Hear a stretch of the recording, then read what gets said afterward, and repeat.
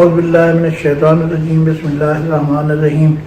شروع کرتا ہوں اللہ کے پاک نام سے جو بڑا مہربان اور رحم والا ہے۔ ویور، اس سے پہلے ہم نے آپ کو کان، ناک، گلا اور دانتوں کے امراض کے بارے میں بتایا ہے، جس میں اور بھی سبجیکٹ شامل ہیں۔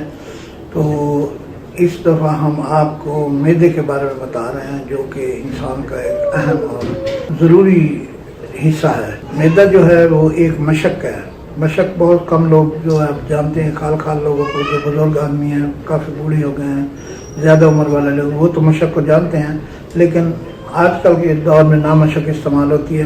مشق کا کسی کو پتہ ہے کہ کیا چیز ہوتی ہے کیا نہیں۔ مشق ایک اپنا چمڑے کی بنی ہوئی ہوتی تھی، جس میں پانی بھر کے، دودھ بھر کے یا جو چیز بھی اس میں بھر کے ادھر سے ادھر اسے استعمال کیا جاتا تھا۔ مختصر یہ ہے کہ معدہ جو ہے وہ ایک مشق کی طرح ہے، اس میں ہر چیز جو بھی ڈالیں گے آپ وہ ہضم ہوتی جائے گی۔ اگر معدہ آپ کا صحیح ہے تو، نہیں ہے تو ظاہر ہے یہی سے بد ہضمی شروع ہو جائے گی۔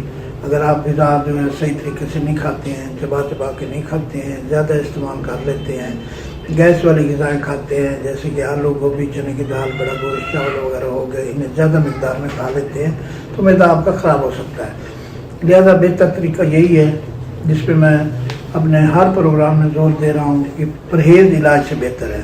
لہذا بہتر یہ ہے کہ پرہیز کر لیا جائے تو زیادہ بیسٹ ہے۔ اس میں معدے کا پرہیز بھی شامل ہونا چاہیے۔ معدہ جو ہے وہ بد پرہیزی کی وجہ سے بہت ساری تکلیفوں کا شکار ہو جاتا ہے۔ جلن ہونا شروع ہو جاتی ہے معدے میں جناب اپنا گیس شروع ہو جاتی ہے، کھٹی مٹھی ڈکاریں شروع ہو جاتی ہیں، اور قبض کی شکایت بھی ہو جاتی ہے، جو کہ امراض ہوتی ہے۔ کئی بیماریوں کی یہ جڑ ہے قبض جو ہے، یہ بھی معدے کی وجہ سے ہوتی ہے۔ اس معدے کی وجہ سے بواسیر ہو جاتی ہے انسان کو۔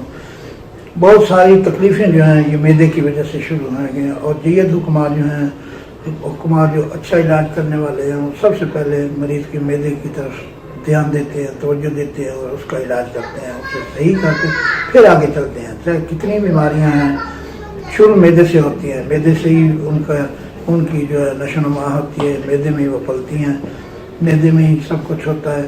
لہذا یہ ہے کہ معدے کو تندرست رکھا جائے، صحیح رکھا جائے، اور بہتر یہ ہے کچھ نہ کچھ ہاضم چیزیں بھی ساتھ استعمال کر لی جائیں، جیسے سلاد ہیں، سلاد کے پتے ہیں، یا مولی ہے، گاجر ہے، ان کا سلاد بنا کے ساتھ اگر استعمال کر لیا جائے، اس سے یہ ہوگا کہ غذا جو ہے جلد ہضم ہو جائے گی، اور معدے کو پر بوجھ نہیں رہے گا، معدہ ٹھیک رہے گا۔ معدے میں جناب سب سے بڑی چیز جو ہے وہ آج کل معدے کے منہ کے اوپر سوزش ہو جانا، ورم ہو جانا، السر ہو جانا، یہ ساری تکلیفیں معدے کے منہ پہ شروع ہوتی ہیں، کیونکہ معدہ جو ہے یہاں پہ انزائم بنتے ہیں، اور اگر وہ انزائم صحیح نہ بنے تو آگے خوراک چلی تو جاتی ہے لیکن وہ جلدی ہضم نہیں ہوتی۔ اس لیے معدے کو سیٹ رکھنے کے لیے اس جگہ کا ہونا بہت ضروری ہے، اور اس جگہ کے لیے جو آج کل شربت بھی استعمال ہو رہے ہیں، گولیاں بھی استعمال ہو رہے ہیں، پھکیاں وغیرہ بھی استعمال ہوتی رہتی ہیں، لیکن بعض لوگ اس کے باوجود کہتے ہیں کہ جی نہیں، یہ معدے کا ہمارا سسٹم سیٹ نہیں ہو رہا، ہمیں گیس کی شکایت ہے، گیس کی وجہ سے ٹینشن رہتی ہے، سر میں درد رہتا ہے، بلڈ پریشر ہائی ہو جاتا ہے، بلڈ پریشر زیادہ رہتا ہے، یہ ساری بیماری معدے سے شروع ہو رہی ہیں۔ تو کیوں نہ معدے کو ہی سب سے پہلے جو ہے صحیح کر لیا جائے، اور ایسی چیزیں نہ استعمال کی جائیں جو معدے کو خراب کرنے والی ہیں، ایسی چیزیں نہ دی جائیں جو معدے کے لیے نقصان دہ ہیں، جیسے بالفرض سموسے ہیں، پکوڑے ہیں، تلی ہوئی کوئی بھی چیز ہے وہ معدے کے لیے نقصان دہ ہے، اور صرف وہ معدے کے لیے نقصان دہ نہیں بلکہ اس میں جو چکنائیاں ہیں وہ دل کو بھی نقصان دیتے ہیں۔ لہذا یہ ہے کہ ایسی چیزوں سے بالکل اجتناب کیا جائے، پرہیز کیا جائے، دودھ ہضم چیزیں کھائی جائیں جو کہ معدے کو جلدی ہضم ہو جاتی ہیں۔ آپ سبزی استعمال کر رہے ہیں تو ظاہر ہے وہ 2-3 گھنٹوں میں ہضم ہو جائے گی۔ آپ گوشت استعمال کر رہے ہیں وہ 4-5 گھنٹے لگا دیتا ہے، بڑا گوشت اس سے بھی زیادہ ٹائم لگا دیتا ہے ہضم ہونے میں، لیکن اتنی دیر میں دوسری خوراک کا ٹائم ہو جاتا ہے، بندہ پھر کھا لیتا ہے، تو معدہ جو ہے اس میں ہر وقت بھرا رہتا ہے۔ بھرے ہوئے معدے میں سوزش ہو جاتی ہے، ورم ہو جاتا ہے، گیس ہو جاتا ہے، تبخیر وغیرہ کی شکایت ہو جاتی ہے۔ یہ ساری چیزیں جو ہیں معدے سے ہی پیدا ہوتی ہیں، تو کیوں نہ معدے کا ہی خیال رکھ لیا جائے، زود ہضم غذائیں کھائی جائے، ایسی چیز نہ کھائی جائے جو میدے پہ بوجھ بن جائے، میدے کو تکلیف دے یا میدے کو نقصان دے۔ تو بہتر یہ ہے کہ میدے میں کئی تکلیفیں ہو جاتی ہیں، جیسے میدے کا السر ہے، میدے میں کیڑے وغیرہ بھی پیدا ہو جاتے ہیں، لہٰذا اگر ایک انسان گوشت کھا لیتا ہے یا پالک وغیرہ کھا لیتا ہے، اوپر سے دودھ پی لیتا ہے، تو اس میں کیڑے ضرور ہو جاتے ہیں انسان کے میدے میں۔ کیڑے ہو گئے تو جو زیادہ لوگ کھانے والے ہیں، اور دلچسپ اس میں بات یہ ہے کہ آج کل تقریباً 80-90% لوگوں کے پیٹ میں کیڑے ہیں، ان کو پتہ ہی نہیں ہے، کیونکہ وہ ہر وقت کھاتے پیتے رہتے ہیں، کیڑے کھانے پینے کے شوقین ہوتے ہیں۔